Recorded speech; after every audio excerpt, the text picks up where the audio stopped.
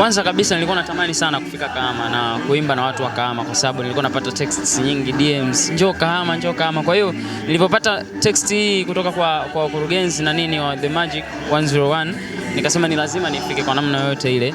Na walivyosema kwamba kuna codes zinaendelea na leo tuna unlock ya usiku wa Sebeneka, si ndio? Kwa hiyo nikasema moja kwa moja kwa sababu ni ndani sasa ya fani yangu, nifike niweze kuwaonyesha watu wa Kahama kwamba tunatakiwa kupari na kuenjoy. Hivi Saru, tukisema tuulize wewe ni msanii wa muziki, unajua kuna mwingine anasema ni rapper, yeye ni mwimbaji au nini, wewe unaweza ukajiweka kwenye sehemu gani? Mimi ni msanii, yani mimi ni msanii, sanaa yote nafanya. Kwanza nikwambie, tukija kwenye sanaa ya muziki sasa, muziki naufanya kama unavyotakiwa kufanywa. Unajua ukiwa wewe msanii unatakiwa una package ya vitu vingi, unatakiwa unaweza kushift hivi. Leo muziki ukibadilika unabadilika nao. So mimi namshukuru Mungu nina hiyo karama, so naweza kufanya chochote kwenye muziki hapa. Kuwa selected kwenye Sebeneka Doze.